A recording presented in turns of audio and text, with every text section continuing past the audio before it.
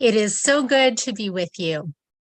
For many, many years, the temple community has put forward an email every Friday morning with a short piece from the rabbi about the Torah portion or about other things going on in the world. And I've been doing that for the past few years.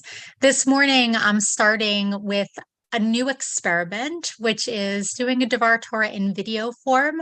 And I welcome your feedback on this experiment to see how you like it. So I'd like to just talk a little bit about this place that we are in right now as we get ready for not only Shabbat, but also Thanksgiving that's coming up. And every year, as we come to this time of year, I look forward to the San Pedro Faith Consortium's Interfaith Thanksgiving service. Each year, we pick a theme relating to the season of gratitude and our desire to create a more unified world. We offer reflections and sing and pray and enjoy one another's company, and of course, when it's possible, to eat. And this year, we spent a great deal of time considering an appropriate theme. Because after 2.5 years of the pandemic, we were thinking about what theme could bring us together in a powerful and thought-provoking way. What could we do that would be nourishing, that could spark deeper conversations and relationships for the future? And the answer that we came to was Amen. During the height of the pandemic, I deeply missed hearing the word Amen. I missed hearing the community's voice in our prayer service, the opportunity to say Amen to one another's blessings. This word, amen, in Hebrew, it means I believe or I have faith. But those words, as we know, they can be really hard to relate to, difficult to comprehend. Perhaps that's why we can so easily take amen for granted. I myself didn't really understand the word amen until my first year in seminary. I was coming back from services on a Saturday morning, walking up the road towards my apartment, when a man who was sitting on his front porch urged me to come to him.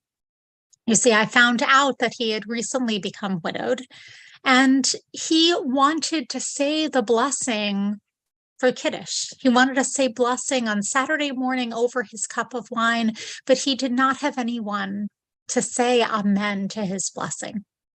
So he asked me if I would come and I would join in this blessing with him. He offered the prayer and I said an amen as a big smile came across his face and he thanked me. And we talked and we got to know one another. I learned so much about the power of the word amen in that moment. I learned that saying amen requires that we pause, that we take the time to see one another and look for opportunities to pray, to connect. I learned that saying amen requires that we truly pay attention to the blessings of one another. After all, we can't say that we agree with a prayer or we have faith in the words that are being said. We can't offer this moment of connection without truly paying attention and being in that moment with another human being. And I learned that saying amen means that some prayers require community. This Jewish teaching that saying the blessing over wine cannot actually be fulfilled unless there is someone to say amen to it. There's something really powerful in that teaching. Certainly there are prayers that we can say personally in our own homes, in our own lives, but there are some blessings that require community, that require that connection, that require that we be there for one another. I spoke at this wonderful Thanksgiving event alongside incredible clergy partners that I'm so blessed to lead alongside Reverend Amanda Riley of the Garden Church, Pastor Lisa Williams of San Pedro United Methodist Church, the very Reverend Jeanette Repp of St. Peter's Episcopal Church, Reverend Jennifer Petit of the Presbytery, and Imam Abdul Hafiz of the Masjid al-Sarif in Long Beach. And at the height of this service, after all of those people had spoken, or in the midst of all of those people speaking, we asked all of the participants to split into smaller groups in which everyone could offer a prayer from their heart, to which all the other members of the group would say, Amen. And then we came back together and collectively said, Amen, for the blessings of our souls. How often do we take the time to communally express our innermost prayers of our heart? And how often do we give our attention to one another's prayers and affirm them with an amen?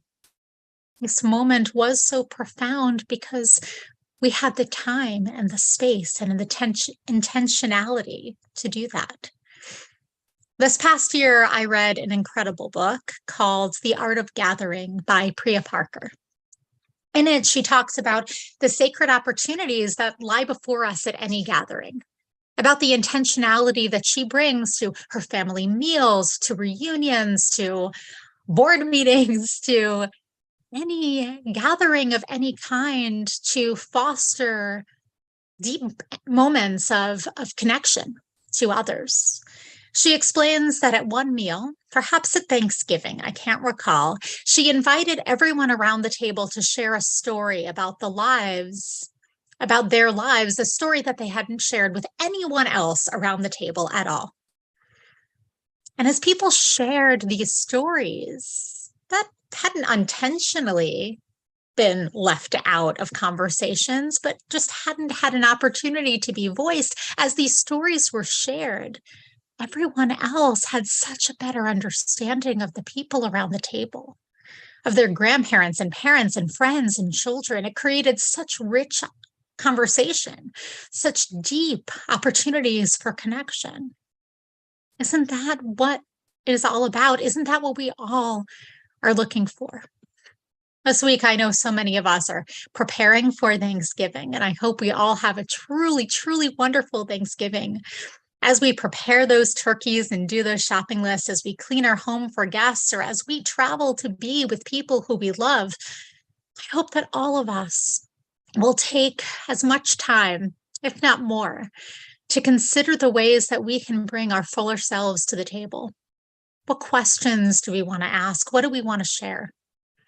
I hope that all of us have a truly joyful and restful Shabbat, and a Thanksgiving that's full of profound, of deep moments. May we answer one another's prayers with a hearty amen. Thank you so much. I hope everyone has a Shabbat Shalom, and I look forward to seeing you soon.